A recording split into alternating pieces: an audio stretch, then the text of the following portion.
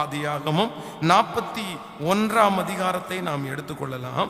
ஆதியாகமம் 41ஆம் அதிகாரத்திலே ஸ்தோத்திரம் 41வது வசனத்தை நாம் வாசிக்க போகிறோம். ஆதியாகமம் 41ஆம் அதிகாரம் 41வது வசனம்.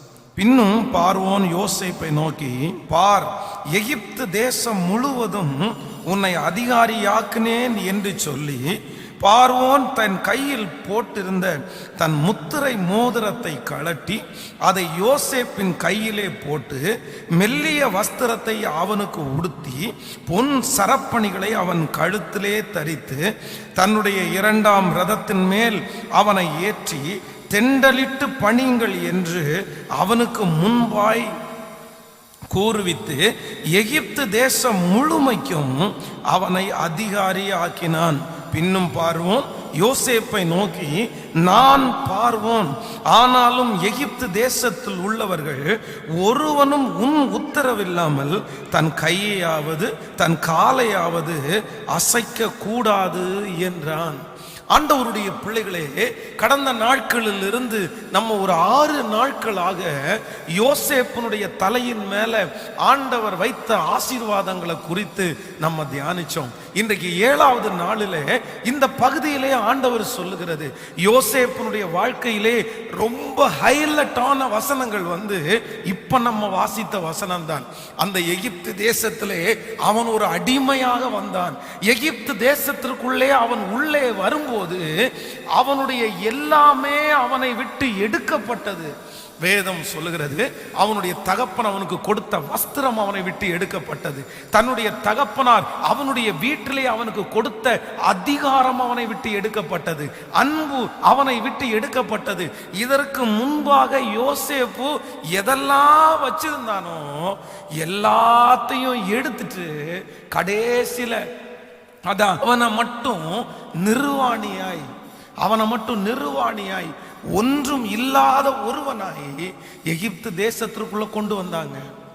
ஆனா வேதம் சொல்லுகிறது, ஆண்டவர் அவனுடைய சோதனை காலத்தை ஆண்டவர் முடிய பண்ணினார். அவனுடைய சோதனை காலம் முடிஞ்சதற்கு பிறகு இப்ப ஆண்டவர் அவனை ஒன்றொன்றாய் அலங்கரிக்க ஆரம்பிக்கிறார். அவனுக்கு கொடுத்த அலங்காரத்தை குறித்து தான் நாம் வாசித்தோம். இன்றைக்கு யோசேப்பினுடைய வாழ்க்கையிலே ஆண்டவர் அவனுக்கு கொடுத்த 7வது ஆசீர்வாதம் என்ன அப்படின்னா, கர்த்தர் அவனை அலங்கரித்தார். அவனுடைய தகப்பனார் கொடுத்ததை பிடுங்கினார்கள். அவனுடைய வீட்டிலே இருந்த அதிகாரத்தை எல்லாமே எடுத்து போட்டார்கள். ஆனா ஆண்டவர் அவனை ஆசீர்வதித்து திரும்பவும் ஆண்டவர் அவனை என்ன பண்ணார்னா, கர்த்தர் அவனை அலங்கரித்தார். இன்றைக்கு இந்த ஜெபத்திலே இருக்கிற ஆண்டவருடைய பிள்ளைகளே, ஒருவேளை உங்களுடைய வாழ்க்கையிலும் கூட அப்படிப்பட்ட பாதைகளை நீங்கள் கடந்து வந்திருக்கலாம். உங்கள் கைகளில் கொடுக்கப்பட்டிருக்கிற பதவி ஒருவேளை எடுக்கப்பட்டிருக்கலாம். உங்களுக்கு கொடுக்கப்பட்டிருக்கிற பணம் உங்களுடைய கரங்களிலிருந்து ஒருவேளை பிடுங்கப்பட்டிருக்கலாம். உங்களுடைய ஆசீர்வாதங்கள் நிறைய உங்களிடத்திலிருந்து பிடுங்கப்பட்டு இன்றைக்கு யோசேப்பை போல, நிர்வாணியை போல, ஒன்றுமில்லாதவர்களை போல, ஒரு காலத்துல நான் அப்படி இருந்தேன் பாஸ்டர், ஒரு காலத்துல நான் அப்படிப்பட்ட ஒரு ஆசீர்வாதம் எனக்கு இருந்துச்சு, ஆனா இன்னைக்கு என் கையில எல்லாமே பிடுங்கப்பட்டு போயிருச்சு. என்னுடைய கார் பிடுங்கப்பட்டு போயிருச்சு, என்னுடைய பைக் என்னை விட்டு பிடுங்கப்பட்டு போயிருச்சு, என்னுடைய வீடு என்னிடத்திலிருந்து எடுத்துக்கொள்ளப்பட்டுருச்சு. எதுவுமே இல்லாம இப்பொழுது ஒன்றுமே இல்லாத இருக்கிறவர்களை பார்த்துதான் ஆண்டவர் வாக்கு கொடுக்கிறார். யோசேப்புக்கு ஆண்டவர் கொடுத்த 7வது ஆசீர்வாதம் என்ன தெரியுமா?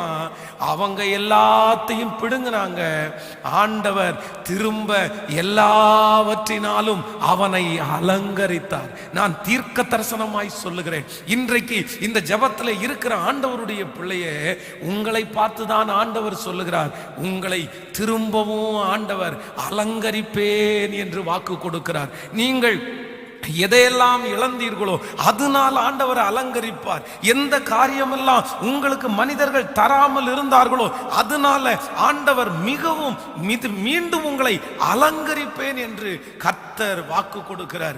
நான் தியானித்த போது கர்த்தர் யோசேப்புக்கு 10 விதமான அலங்காரத்தை அவனுக்கு கொடுத்தார். நாம் வேகமாய் சொல்லிவிட்டு இந்த 10 விதமான அலங்காரத்தையும் சொல்லிட்டு அதற்கு பிறகு நான் உங்களுக்கு இந்த அலங்காரம் பெற்றுக்கொள்வதற்கு அவன் கடந்து வந்த 3 பாதைகளை குறித்து உங்களுக்கு சொல்லி ஜெபித்து முடிக்க போகிறேன். நம்பர் 1, முதலாவதாக நீங்கள் 41வது வசனத்தை வாசிக்கும் போது வேதம் சொல்லுகிறது, அவனை முழு தேசத்திற்கும் அதிகாரியாக்கினான். நம்பர் 1, யோசேப்புக்கு கொடுத்த முதல் அலங்காரம் என்ன தெரியுமா? ஆண்டவர் அவனை முதல்ல எதுல அலங்கரிச்சார் தெரியுமா? அவனை ஆண்டவர் அதிகாரியாய் அலங்கரித்தார். அந்த பட்டணத்திலே அநேகம் பேர் அவனிடத்திலே அதிகாரம் செலுத்தினார்கள். போத்திபாருடைய மனைவி அவன் பேரிலே அதிகாரம் செலுத்தினார்கள். போத்திபார் அவன் மேரிலே அதிகாரம் செலுத்தினார். நிறைய பேர் அவனை அதிகாரம் செலுத்தினார்கள். ஆனா ஆண்டவர் இப்ப என்ன பண்றாரு தெரியுமா? அவனை அதிகாரியாக்கி கர்த்தர் அவனை அலங்காரம் பண்றாரு. நான் விசுவாசிக்கிறேன், ஆண்டவர் உங்களை அலங்காரம் பண்ணுவாரு. எப்படி தெரியுமா? எந்த காரியத்தை நீங்கள் உங்களை அவர்கள் செய்தார்களோ அந்த பதவியில உங்களை வைத்து அலங்கரிக்க வல்லவராய் இருக்கிறார். இரண்டாவதாக நீங்கள் 42வது வசனத்தை வாசிக்கும் போது வேதம் சொல்லுகிறது, முத்திரை மோதிரத்தை கழட்டி. அப்போ இரண்டாவது அவனுக்கு கிடைச்சது என்ன அப்படின்னா, முத்திரை மோதிரம் அவனுக்கு கிடைக்கப்பட்டது. இது நீங்க நினைக்கிறது மாதிரி சாதாரணமானது அல்ல. அப்பொழுது ராஜாக்களுக்கு மட்டும்தான் இந்த முத்திரை மோதிரம் இருக்கும். சோ இந்த முத்திரை மோதிரம் இருக்கிற ஒரு நபர் ஒரு சீட்ல அவர் எதை எழுதுகிறாரோ எழுதி இந்த முத்திரையை வச்சுட்டார் அப்படின்னா யார் நினைச்சாலும் மாற்றவே முடியாது. நான் நம்புறேன், யோசேப்பு சகோதரர்கள் அவன் பேரிலே ஒரு முத்திரை குத்தினார்கள். என்ன முத்திரை குத்தினாங்க தெரியுமா? உன் சொப்பனம் நிறைவேறுமா பாத்துக்கலாம்ப்பா, உன் சொப்பனம் நிறைவேறதான் போகுதா அப்படின்னு நீ எங்க போனாலும் நல்லா வர மாட்ட, நீ எங்க போனாலும் நல்லா இருக்க முடியாது அப்படின்னு அவன் பேரிலே ஒரு முத்திரை குத்தினார்கள். ஆனா ஆண்டவர் இன்னைக்கு யோசேப்பை எப்படி அலங்கரிச்சாரு தெரியுமா? கர்த்தர் முத்திரை மோதிரத்தை அவன் கையில கொடுத்து, எப்பா நீ எந்த காரியத்துல முத்திரை போடுறியோ அந்த முத்திரையை மாற்றுவதற்கு ஒருவரும் இல்லை என்கிற அளவிற்கு கர்த்தர் அந்த ஆசீர்வாதத்தை கொடுத்தார். சோ இன்றைக்கும் ஆண்டவர் உங்களை பார்த்து சொல்லுகிறார், நான் நம்புறேன் இந்த ஜெபத்துல இருக்கிற யாரோ ஒரு தேவனுடைய பிள்ளை. நீங்க சொல்லலாம், பாஸ்டர் நீங்க சொல்லுகிறதெல்லாம் எனக்காக தான் இருக்கிறது, அவங்க அப்படிதான் பண்ணுனாங்க, என் பேர்ல ஒரு முத்திரை குத்துனாங்க, நீ இனி திரும்பி வரமாட்டேன்னு முத்திரை குத்துனாங்க, அவ்வளவுதான் உன் தரிசனம் நிறைவேறாதுன்னு முத்திரை குத்துனாங்க. ஒருவேளை இன்றைக்கு இருக்கிற சூழ்நிலை உனக்கு அப்படிப்பட்டதா இருந்தாலும் வெகு சீக்கிரத்துல ஆண்டவர் யோசேப்புனுடைய ஆசீர்வாதத்தை உங்க தலை மேல வைப்பாரு. அப்போ உங்க கையில ஆண்டவர் முத்திரை கொடுப்பாரு. அந்த முத்திரையை நீங்க குத்துவீங்க, அதை உடைப்பதற்கு ஒருவராலும் முடியாது. கைகளை உயர்த்தி ஒரு ஹல்லேலூயா சொல்லுங்கள். நம்பர் 3, மூன்றாவதாக அவனுக்கு கொடுத்த மூன்றாவது ஆசீர்வாதத்தை குறித்து நீங்கள் 42வது வசனத்திலே வாசிப்பீர்களே, ஆனால் மெல்லிய வஸ்திரத்தை அவனுக்கு உடுத்தி. என்ன வஸ்திரத்தை உடுத்தினாங்களாமா? மெல்லிய வஸ்திரம்.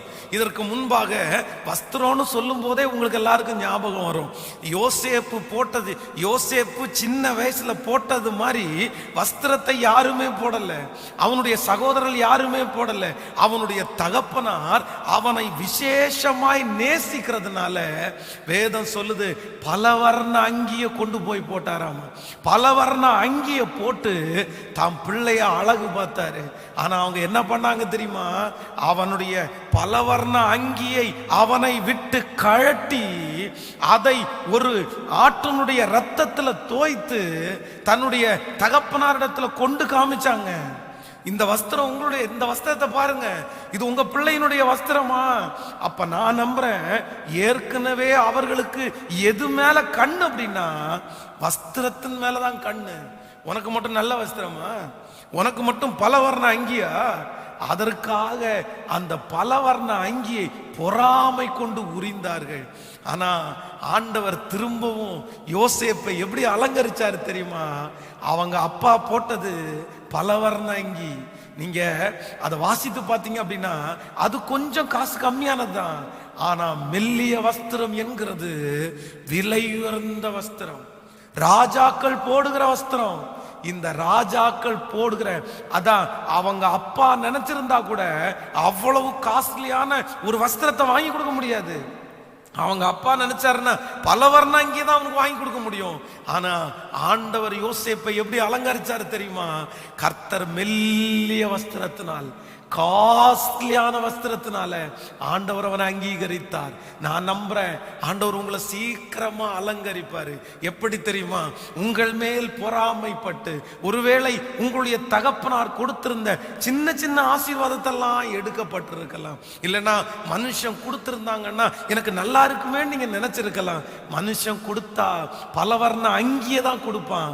ஆனா இயேசு ராஜா உங்களுக்கு கொடுக்கும் போது நான் நம்புறேன் ஆண்டவர் மெல்லிய வஸ்திரத்தை, விலை உயர்ந்த வஸ்திரத்தை உங்களுக்கு தருவேன் என்று வாக்கு கொடுக்கிறார். கைகளை உயர்த்தி ஒரு ஹல்லேலூயா சொல்லுவோம்.